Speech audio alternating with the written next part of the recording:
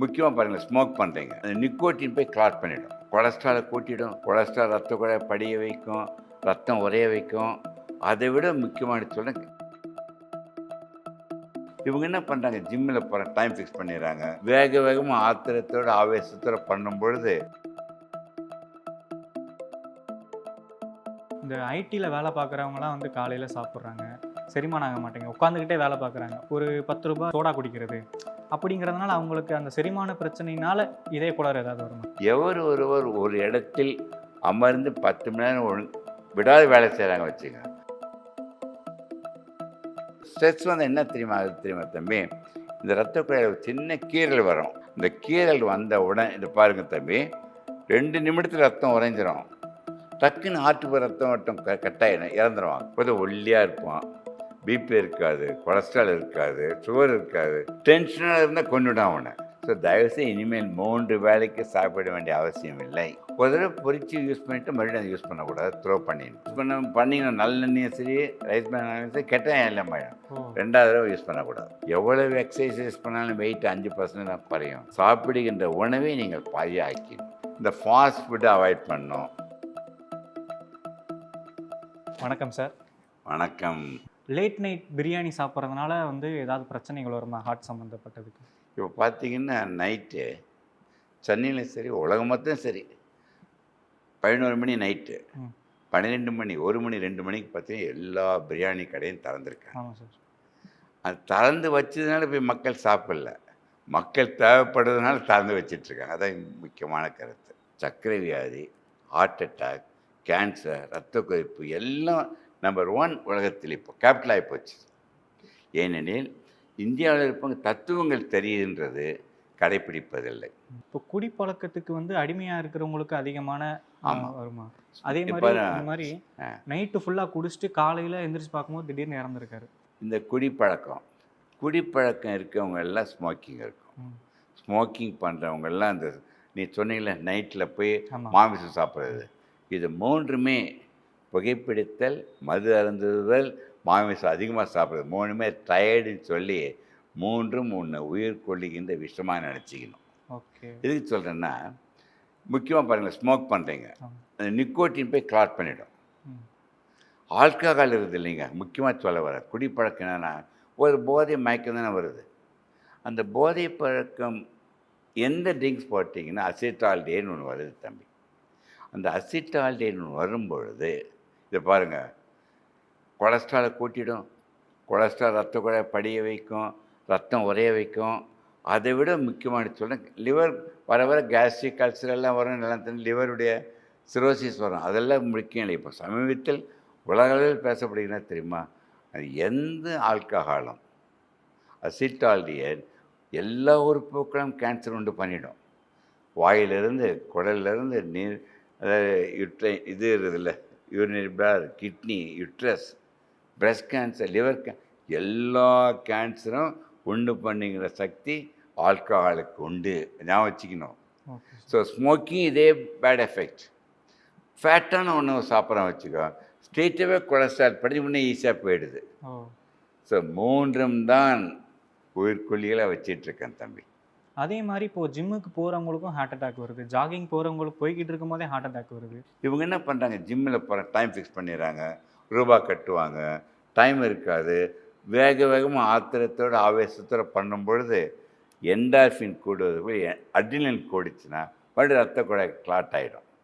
So அதனால் பண்ணும்பொழுதே இறந்துறாங்க. நிறைய பேர் பார்த்துருப்பீங்க, ரத்த குழாய் சுருங்க விட ஸ்ட்ரெஸ் வந்து என்ன தெரியுமா, அது தெரியுமா தம்பி, இந்த ரத்த குழாயில் சின்ன கீறல் வரும், ஸ்மூத்தாக, இந்த கீறல் வந்த உடனே இது பாருங்க தம்பி, 2 நிமிடத்தில் ரத்தம் உறைஞ்சிரும், டக்குன்னு ஆட்டுக்கு ரத்தம் ஓட்டம் கட்டாயிடும், இறந்துருவாங்க.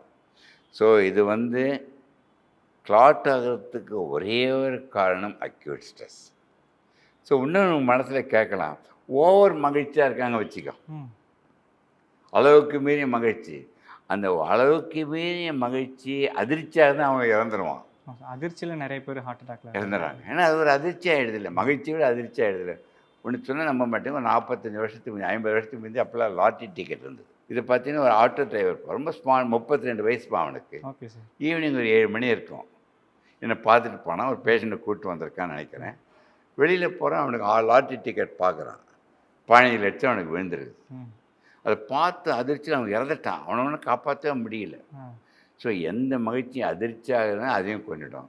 ஸோ எந்த நிலையும் நீ சமநிலையில் வாழ கற்றுக்கொள்ள வேண்டும். இந்த ஐடியில் வேலை பார்க்குறவங்களாம் வந்து காலையில் சாப்பிட்றாங்க, செரிமானம் ஆக மாட்டேங்க, உட்காந்துக்கிட்டே வேலை பார்க்குறாங்க. உட்காந்துக்கிட்டே வேலை பார்த்துட்டு சாப்பிட்டுட்டு ஒரு 10 ரூபா ஜூஸ் சோடா குடிக்கிறது அப்படிங்கிறதுனால அவங்களுக்கு அந்த செரிமான பிரச்சனையினால இதய கோளாறு ஏதாவது வருமா? உலகளவில் மேக்ஸிமம் ஹார்ட் அட்டாக் என்னைக்கு தெரியுமா வருது? சொல்லுங்கள் சார். வர நேரம் காலையில் 5லேருந்து 8 வரைக்கும் தான் heart attack. Maximum heart attack, அதுவும் திங்கக்கிழமை. இந்த சனி ஞாயிறு என்ன பண்ணாங்க, நல்ல லீவு என்ஜாய் பண்ணுறாங்க. அதுவும் ஞாயிற்றுக்கிழமை திங்கக்கிழமை முடியுது, ஞாயிற்றுக்கிழமை 12 நல்லா மாமிசம் சாப்பிட்றது. சாப்பிட்டுட்டு அப்போ தான் ட்ரிங்க்ஸு ஸ்மோக்கிங் எல்லாம் பண்ணி போய் படுக்கிறான்ல. படுக்கும்பொழுது அவனுக்கு என்ன ஆயிடுச்சுன்னா, அடுத்த நாள் ஒர்க் பண்ணுறது டென்ஷனாக படுக்கிறான்ல, அந்த டென்ஷனாக படுக்கும் பொழுது 5 மணி 8 மணிக்கு ஆஃபீஸ் எழுந்திருக்கும்போது அட்டாக்கு போகிறதுக்குள்ளே இறந்துடுறான். அதான் அடிக்கடி சொல்கிறேன், இரவு சாப்பிடுவதற்கு முன்பு தூங்குவதற்கு முன்பு 3 மணி நேரத்துக்குமே சாப்பிட்டுடணும். அதுவும் சாப்பாடு மட்டும் வேண்டும்பொழுது சாப்பிடுங்கள், வேலைக்கு சாப்பிட வேண்டிய வயசு. சாப்பிட்ட பிறகு அரை பேர் காலியாக இருக்கணும். ஸோ தயவுசெய்து இனிமேல் 3 வேளைக்கு சாப்பிட வேண்டிய அவசியம் இல்லை. 2 வேளை சாப்பிட்டா போதும் மனிதன். இப்போ இருக்கக்கூடிய இளைஞர்களுக்கு வந்து இந்த இடத்துல ஒரு மாதிரி புளிகிற மாதிரி இருக்குது, கிள்ற மாதிரி இருக்குது. ஆமாம், யூஸ்வலாக அந்த கிள்ற மாதிரி இருக்கிற வழியெல்லாம் வந்து ஹார்ட் அட்டாக் இருக்காது. பட் எந்த வழியும் வந்தாலும் சரி, இப்போ வந்து கம்ப்ளீட் செக்அப் பண்ணிடுறேன். ஏன்னா மிஞ்சில் அது மாதிரி பண்ணவே மாட்டேன். இப்போ வந்து ஒன்று சொல்கிறேன் பாருங்கள், 20 வயதானா 5 டெஸ்ட் பண்ணிக்கணும் தம்பி. என்ன தெரியுமா? Blood pressure, blood sugar, cholesterol, ECG, X-ray chest. 20 வயசில் பண்ணிக்கணும். 5 வருடத்துக்கு ஒரு தடவை பண்ணால் போதும். 25, 30, 40 வயதானா ஒவ்வொரு வருடமும் பண்ணிக்கணும். நடுப்பில் ஏதாவது சிம்டம் தான் டாக்டர்கிட்ட போய் ஒரு கம்ப்ளீட் செக்கப் பண்ணிட்டீங்கன்னா ஒரு தடவை சொல்லிட்டோம்னா நீங்கள் ஒன்றும் கவலைப்பட வேண்டாம். பட் ஹார்ட் எல்லாமே பண்ணிட்டீங்க, ஆஞ்சியோகிராம் கூட நார்மலாகுது, இது அக்யூட் செஸ்ன்னு வந்துன்னு வச்சுக்க, மறுபடியும் கிளாட் வர தடுக்க முடியாதுல்ல.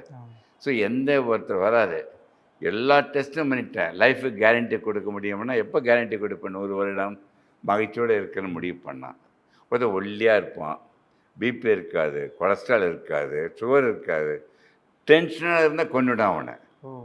ஸோ உயிர்கொல்லி நோய். அதான் சொல்கிறேன், தூக்கமும் மகிழ்ச்சியும் அதுக்கு ஈக்குவலான மருந்து உலகத்துக்கு இது வரைக்கும் கண்டுபிடிக்க முடியும். ஸோ தூக்கமும் மகிழ்ச்சியும் ஒவ்வொருத்தர் என்ன பண்ணுவாங்கன்னா, ஒரு பட்டாம்பூச்சி மாதிரி தம்பி, அது பிடிக்கப்போனால் உங்களை விட்டு ஓடிக்கிட்டே இருக்கும். நீ மகிழ்ச்சியாக இருந்தால் கையில் வந்து அமர வேண்டும். ஸோ தூக்கமும் மகிழ்ச்சியும் தேடி செல்ல உன்னிடம் வர வேண்டும். அது இப்போ 60 வருஷமாக ஒரு பேஷண்ட்டும் தூக்க மாத்திரை கொடுக்கறதில்ல. தூங்குறதுக்கு அறிவுரை சொன்ன சக்தியை சொன்னால் புரிஞ்சுப்பாங்க. ஸோ மகிழ்ச்சியோடு இருந்து தியானம் பண்ணினா தூக்கம் வந்துடும்.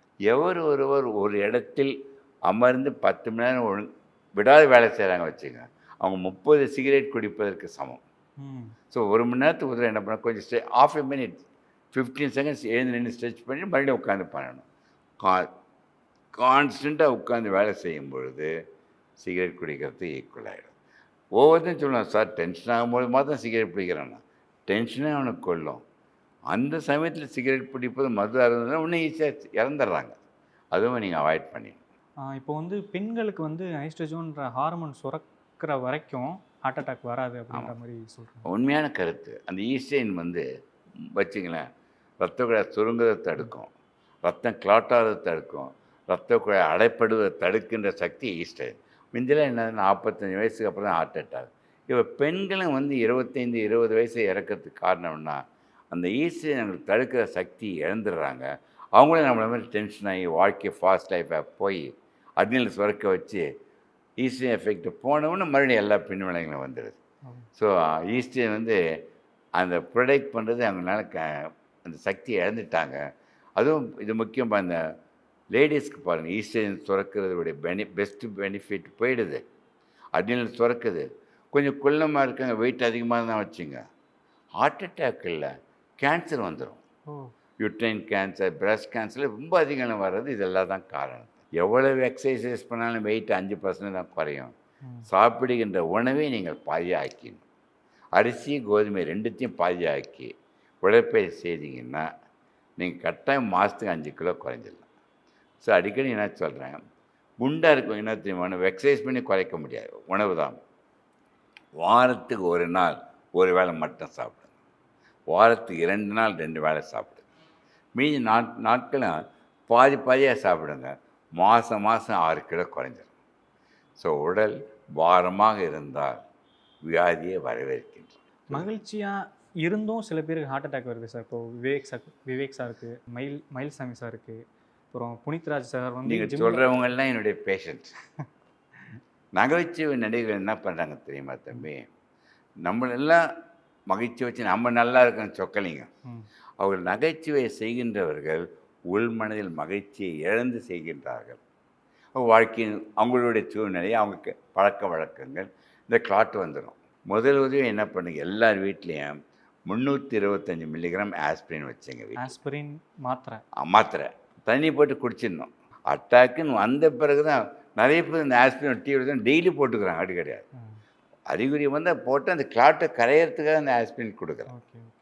போட்டுட்டு 108 ஆம்புலன்ஸ் போயிட்டு 6 ஹவர்ஸ்க்குள்ள 1 ஹவர் போனால் கோல்டன் அவங்களை 100க்கு 100 காப்பாற்றிடலாம்.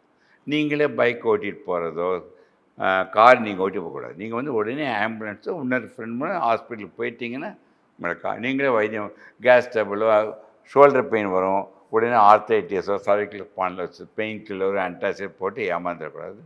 இப்போ எனக்கு பெயின் வருதுன்னு வச்சுங்க, சொக்கலையும் கார்டியாலிஸ்ட் தானே, அது இதயத்தினால வேறு எதுனாலும் என்னால் கண்டே பிடிக்க முடியாது. நான் போய் செக் பண்ணால் தான் உண்டு. மருத்துவர்கிட்ட போனால் எல்லா ஹாஸ்பிட்டலும் இன்டென்சிவ் கேர், 108 ஆம்புலன்ஸ் ஃபோன் பண்ணி 20 நிமிஷத்தில் உங்களை ஹாஸ்பிட்டலே சேர்த்துற அளவுக்கு வந்துடுச்சு. ஒரு 2 வேளை சாப்பிட்றதா இருந்தால் எத்தனை மணிலேருந்து எத்தனை மணி வரைக்கும் பார்த்தீங்களா? அருமையான கேள்வி. மார்னிங் 12 மணிக்கு சாப்பிடுங்க. எழுந்தவுடனே மார்னிங் என்ன பண்ணுங்க, 1 லிட்டர் வார்ம் வாட்டர் குடிச்சிருங்க. எழுந்த உடனே 1 லிட்டர் வார்ம் வாட்டர், எக்ஸசைஸ்லாம் பண்ணுங்கள். 7 மணிக்கு நைட் சாப்பிடுங்க. அடுத்த நாள் உணவு 7 மணிக்கு சாப்பிட்ற வயல் 11 மணிக்கு அது டிஃபனோ சாப்பாடு எதுவும் சாப்பிட்டுட்டு அதுக்கப்புறம் என்ன பண்ணுங்கன்னா ஒரு 3 ஹவர்ஸ் 4 ஹவர்ஸ் கழிச்சு வெஜிடபிள்ஸ் எல்லாம் சாப்பிட்டுக்கலாம். நைட்டு வந்து மறுபடியும் லைட்டாக சாப்பிட்ணும். அது வந்து நைட்டு 7 மணிக்குள்ள சாப்பிட்டு முடிச்சிடணும். எந்த வேலையாக இருக்கட்டும், உடம்புக்கு செய்யப்போண்டி இது ஒன்று தான்.